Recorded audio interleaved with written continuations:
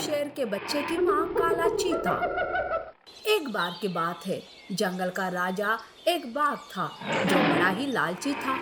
उसे अपने जानवरों की कोई परवाह नहीं थी। वो अपना काम निपटाने के लिए पास के जंगल के राजाओं को उसके जानवर भेंट में दे देता था। उसी जंगल में बगीरा नाम का एक काला चीता रहता था। वो ना तो किसी से बात करता था और ना ही किसी से मिलता जुलता था। बाकी जानवर उसे अकड़ू कहकर बुलाते थे। ऐसे में एक दिन जंगल में जोरों की बारिश हो रही थी। रात का समय था। बगीरा अपनी गुफा में आराम कर रहा था कि अचानक उसे अपने पास किसी बच्चे की आहट महसूस होती है। एक तो काफी अंधेरा था और ऊपर से बारिश।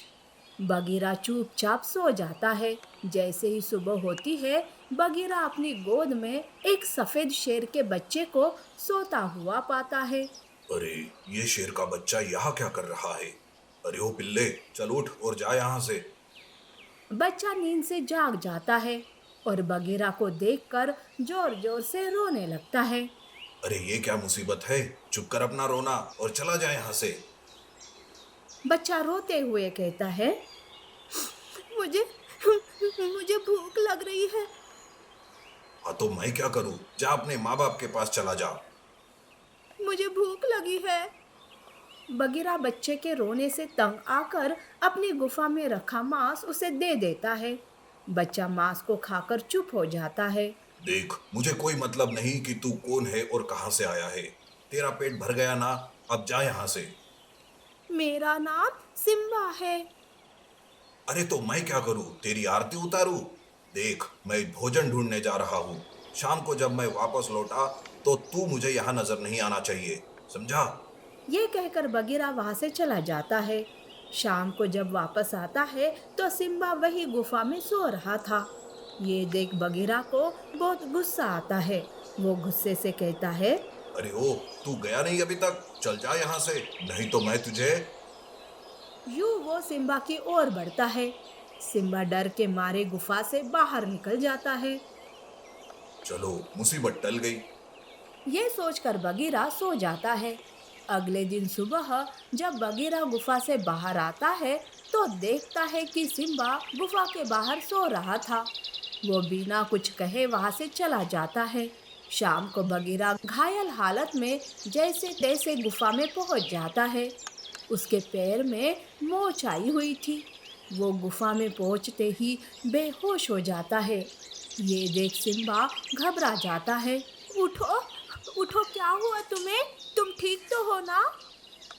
बगीरा कुछ कहने की हालत में नहीं था।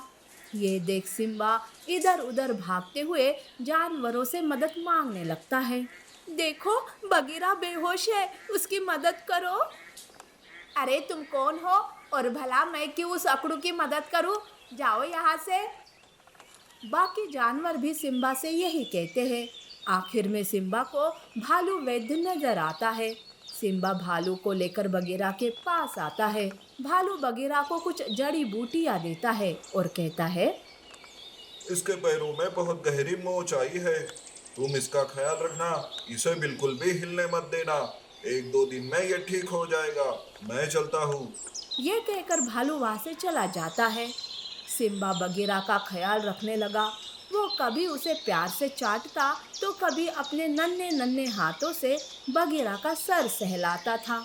अगर कोई जानवर का बच्चा खेलते खेलते बगीरा की गुफा के बाहर शोर मचाता तो सिम्बा अपनी छोटी छोटी आंखों को बढ़ाकर उसे डरा देता था और उन्हें वहां से भगा देता था। ये सोचकर कि बगीरा को कोई परेशानी ना हो। यूं 2-3 दिन बीत जाते हैं। बगीरा को होश आता है। वो बहुत कमजोर था। सिम्बा उसके लिए भोजन ढूंढ कर लाता है। ये भोजन बहुत कम है, तुम ये खा लो। मैं फिर से जाकर तुम्हारे लिए कुछ भोजन ढूंढ कर लाता हूँ। ये सुनकर बगीरा के आंखों में आंसू आ जाते हैं। इससे पहले कि बगीरा कुछ कहे, सिम्बा वहां से चला जाता है। काफी देर बीत जाती है पर सिम्बा वापस नहीं आता। तब बगीरा अपने मन में सोचता है, अरे, ये सिम्बा अभी तक वापस क्यों नहीं आया? कहीं वो वापस अपने माँ बाप के पास तो नहीं चला गया? अरे नहीं नहीं, जाना होता तो पहले ही चला जाता। मैं थोड़ी देर और देख लेता हूँ इंतजार करके। यूं सुबह से शाम हो जाती है, पर सिम्बा का कुछ पता नहीं चलता। बगीरा की बेचैनी और भी बढ़ जाती है। वो सिम्बा को ढूंढते हुए निकलता है कि रास्ते में उसे हाथी नजर आती है। हाथी बहन, क्या तुमने किसी शेर के बच्चे को देखा है? उसका नाम सिम्बा है। अरे अकड़ू, तू कब से बात करने लगा? वैसे मैं सिम्बा को जानती हूँ। तू जब बीमार था तो वो नन्हा मासूम तेरे लिए काफी परेशान था। वैसे वो है कौन और कहाँ से आया? यह सब बताने का समय मेरे पास नहीं है। क्या तुम सिम्बा को ढूंढने में मेरी मदद करोगी? हाँ हाँ, क्यों नहीं। तुझ जैसे अकड़ू के दिल में उस नन्हे मासूम के लिए इतना प्यार है, तो क्या मेरे दिल में नहीं हो सकता? चल ढूंढते हैं उसे। यूं हाथी और बगीरा सिम्बा को ढूंढ रहे थे कि लोमड़ी भागते हुए उन दोनों के पास आती है। अरे अकड़ू, तू और वो भी हाथी के साथ? ये सपना है कि हकीकत? अरे लोमड़ी, क्या तूने सिम्बा को देखा है? वो वही शेर का बच्चा सिम्बा। अरे हाँ, उसी के बारे में तो बताने मैं तुम्हारे पास आ रही थी। ये सुनकर बगीरा कहता है, क्या तुमने उसे देखा? कहाँ देखा? कब देखा? वो कैसा है? जल्दी बताओ। अरे ओ अकड़ू, थोड़ा सांस तो ले। यूं सवाल पर सवाल किए जा रहा है। सिम्बा को महाराज ने कैद कर रखा है। सुना है महाराज उसे पास के जंगल के लकड़बग्गों को भेंट में दे रहे हैं। ये सुनकर बगीरा गुस्से से बाघ के पास आता है। वहाँ सिम्बा एक पिंजरे में कैद था और बाघ दो लकड़बग्गों से बात कर रहा था। देखो, ये बहुत ही अनमोल है। इसके बदले में मैं तुम्हारे जंगल का राजा बनूंगा और तुम दोनों मेरे खास मंत्री। कहो, मंजूर है? इस सिम्बा के माता पिता को हमने ही धोखे से मार दिया था। ये पिल्ला बच गया। अब हम इसे भी खत्म करके हमारे रास्ते का कांटा हमेशा हमेशा के लिए निकाल फेंकेंगे। वैसे हम इतने बेवकूफ भी नहीं है कि तुम्हें जंगल का राजा बनाकर तुम्हारी गुलामी हम करेंगे। क्या मतलब है तुम्हारा? मैंने तुम्हें सिम्बा का पता बताया और तुम लोग हो कि मुझे ही धोखा देना चाहते हो। अरे वो बाघ, तू धोखे की बात ना ही कर तो अच्छा होगा। एक राजा होकर तू अपने जानवरों को ही धोखा दे रहा है, उन्हें दूसरे जानवरों का भोजन बना रहा है और ऊपर से हमें ही नसीहत दे रहा है। अरे इसे क्या बात कर रहे हो? सिम्बा से पहले इसे ही खत्म कर दो, फिर हम दोनों जंगल पर मजे से राज करेंगे।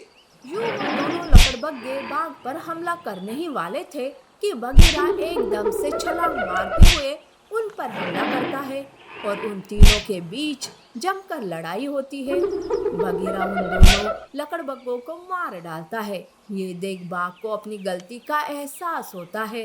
वो बगीरा, सिम्बा और बाकी जानवरों से माफी मांगता है। अरे बगीरा, ये सिम्बा भी तुझ जैसा अनाथ निकला। पता नहीं अब कौन इसकी देखभाल करेगा। सिम्बा अनाथ नहीं है। आज से मैं ही इसकी माँ और बाप दोनों हूँ। यूं बगीरा और सिम्बा दोनों खुशी खुशी बाकी जानवरों के साथ मिलजुल कर जीवन गुजारने लगते।